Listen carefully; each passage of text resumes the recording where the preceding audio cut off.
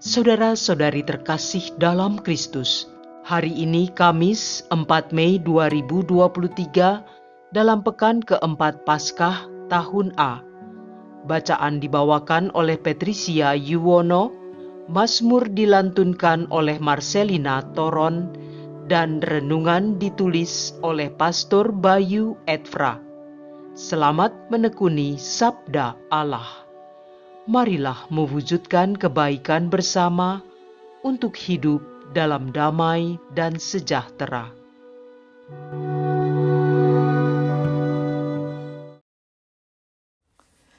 Dalam nama Bapa dan Putra dan Roh Kudus. Amin. Bapa yang Maha Kuasa, dalam sukacita Paskah, kami memuji karya keselamatan yang Engkau kerjakan dalam diri Putramu, Tuhan kami Yesus Kristus. Semoga sukacita Paskah itu mengobarkan hati kami untuk mendengarkan sabda-Mu, untuk mengasihi sesama kami, serta untuk memperbaharui diri kami terus-menerus seturut teladan Yesus Putramu, yang hidup dan meraja kini dan sepanjang segala masa. Amin. Bacaan dari Kisah Para Rasul, bab 13, ayat 13 sampai 25. Dalam perjalanannya, Paulus dan kawan-kawannya meninggalkan Pafos dan berlayar ke Perga di Pamfilia. Tetapi Yohanes meninggalkan mereka, lalu kembali ke Yerusalem. Dari Perga, Paulus dan kawan-kawannya melanjutkan perjalanan mereka, lalu tiba di Antiokhia di Pisidia.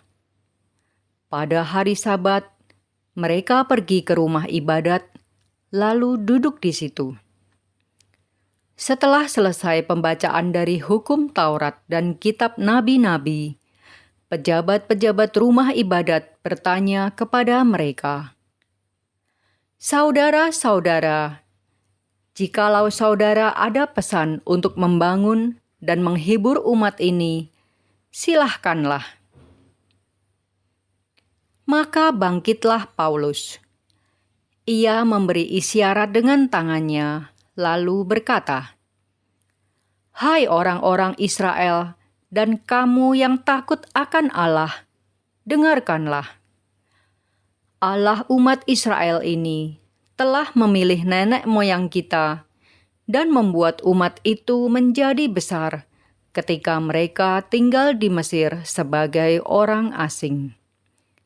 Dengan tangannya yang perkasa, Ia telah memimpin mereka keluar dari negeri itu. 40 tahun lamanya, Ia sabar terhadap tingkah laku mereka di padang gurun. Dan setelah membinasakan 7 bangsa di tanah Kanaan, Ia membagi-bagikan tanah itu kepada mereka untuk menjadi warisan mereka selama kira-kira 450 tahun. Sesudah itu, Ia memberikan mereka hakim-hakim sampai pada zaman Nabi Samuel. Kemudian mereka meminta seorang raja, dan Allah memberikan kepada mereka Saul bin Kis dari suku Benyamin, 40 tahun lamanya. Setelah Saul disingkirkan, Allah mengangkat Daud menjadi raja mereka. Tentang Daud, Allah telah menyatakan, "Aku telah mendapat Daud bin Isai, seorang yang berkenan di hatiku dan yang melakukan segala kehendakku. Dan dari keturunannya lah, sesuai dengan yang telah dijanjikannya, Allah telah membangkitkan juru selamat bagi orang Israel, yaitu Yesus. Menjelang kedatangannya, Yohanes telah menyerukan kepada seluruh bangsa Israel supaya mereka bertobat dan memberi diri dibaptis.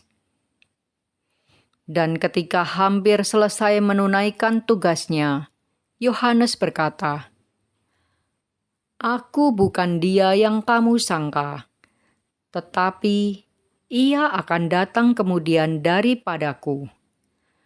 Membuka kasut dari kakinya pun aku tidak layak. Demikianlah sabda Tuhan.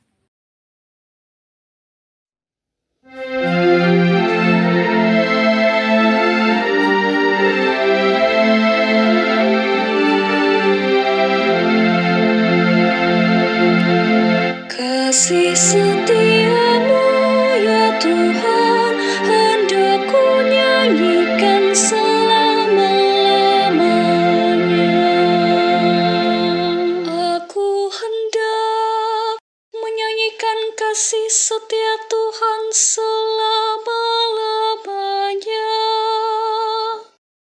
Hendak menuturkan kesetiaanmu turun-temurun.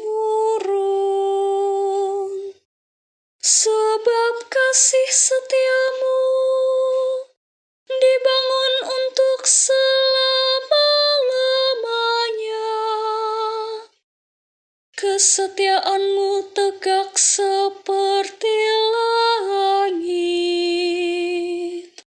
Kasih setiamu ya Tuhan, hendak ku nyanyikan selama-lamanya. Aku telah mendapat Daud, hamba-Ku. Aku telah mengurapinya dengan minyak-Ku yang kudus.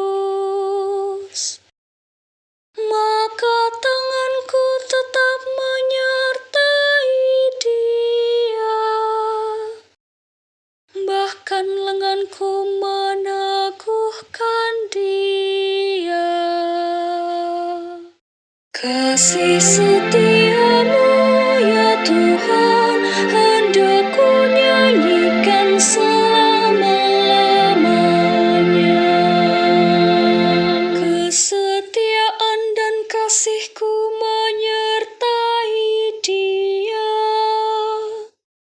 dan oleh karena nama-Ku, tanduknya akan meninggi. Dia pun akan berseru kepadaku, Bapa-Kulah Engkau, Allahku dan gunung batu keselamatanku. Kasih setiamu ya Tuhan, hendak ku nyanyikan selama-lamanya.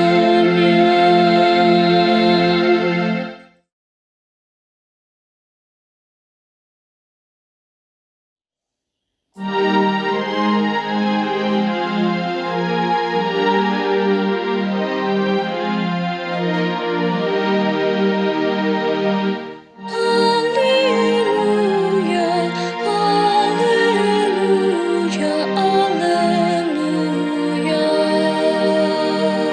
Ya Yesus Kristus, Engkaulah saksi yang setia, yang pertama bangkit dari antara orang mati. Engkau mengasihi kami dan telah melepaskan kami dari dosa kami oleh darah-Mu. Haleluya, haleluya, haleluya.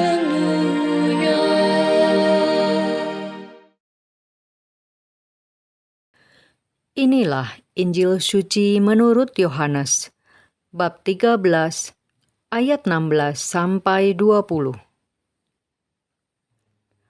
Dalam perjamuan malam terakhir, Yesus membasuh kaki para murid-Nya.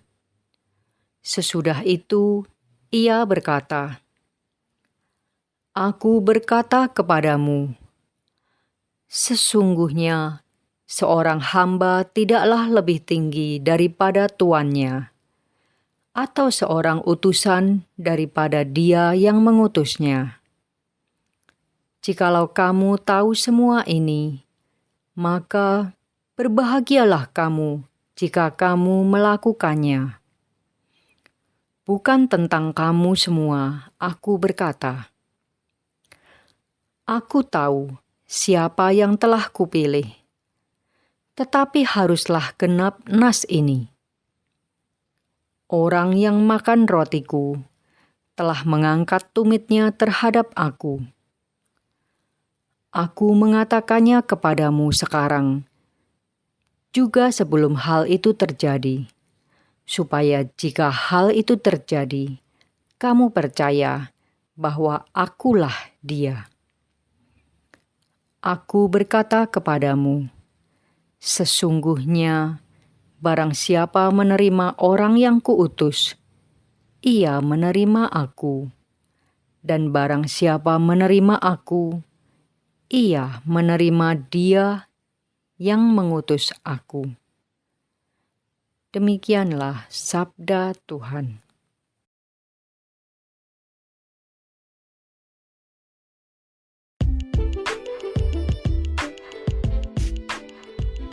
Utusan-utusan Tuhan.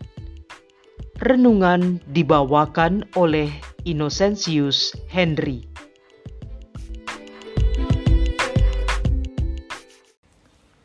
Sesungguhnya, barang siapa menerima orang yang kuutus, ia menerima aku, dan barang siapa menerima aku, ia menerima Dia yang kuutus.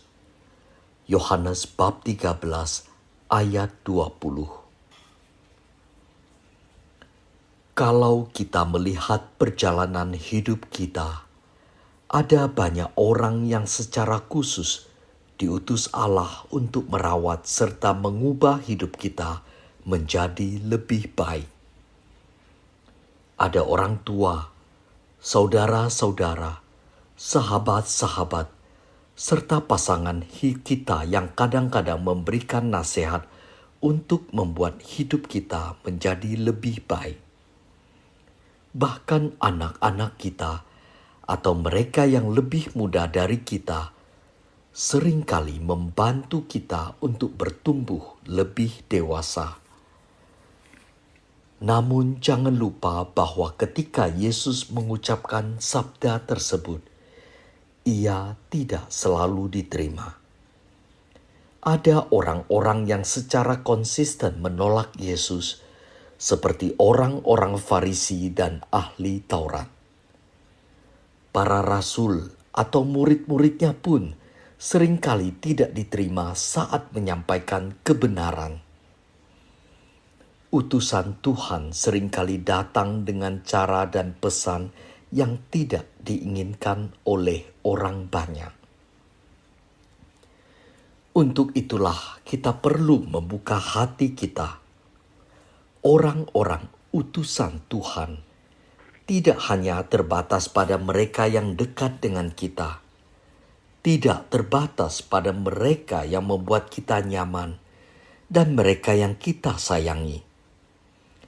Utusan Tuhan kadang-kadang juga adalah mereka yang datang untuk menghentak kebiasaan buruk kita, yang merombak rencana-rencana kita, yang memaksa kita keluar dari zona nyaman dengan cara-cara yang kadang tidak kita sukai. Apakah kita marah bila ditegur ketika berkendara di jalan dengan serampangan?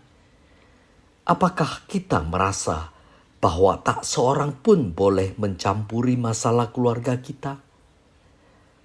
Apakah kita mencari gereja atau romo yang khotbahnya menyenangkan dan menghibur, dan menghindari khotbah yang menyentil kebiasaan buruk kita? Pernahkah kita bersikap sinis pada mereka yang rajin, tepat waktu, dan atau hidup suci hanya karena kita tidak seperti itu? Untuk itulah kita perlu membuka hati.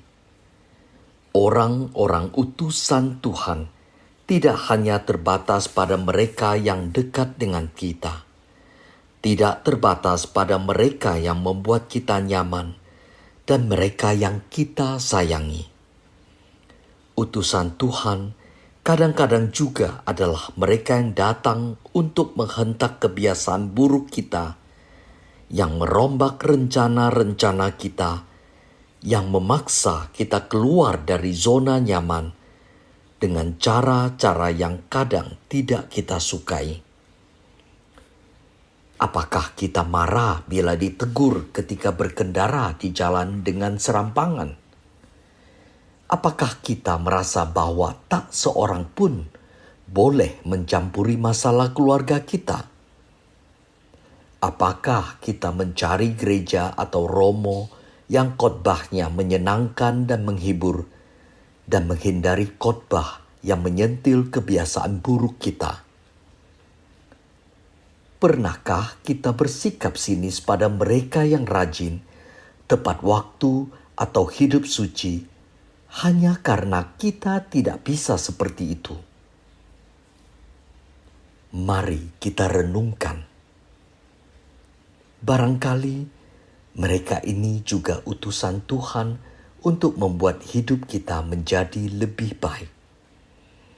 Untuk mengenali utusan Tuhan, yang diperlukan adalah kerendahan hati dan ketekunan dalam doa agar kita mampu memahami kehendak Tuhan. Tuhan berhak mengirim siapapun menjadi utusannya bagi kita. Kitalah yang tidak berhak untuk mengusir atau menolak utusan Tuhan hanya karena kita tidak merasa nyaman dengan caranya.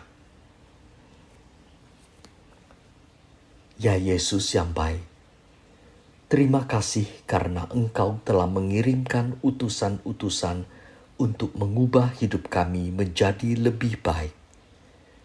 Kami mohon ampun bila kami kerap kali tidak menerima dan mendengarkan utusan-utusan-Mu karena keangkuhan hati kami. Bukalah hati kami dengan berkat Roh Kudus-Mu, agar kami mau dengan rendah hati menerima dan mendengarkan Engkau lewat mereka yang Engkau utus. Amin. Dalam nama Bapa dan Putra dan Roh Kudus. Amin.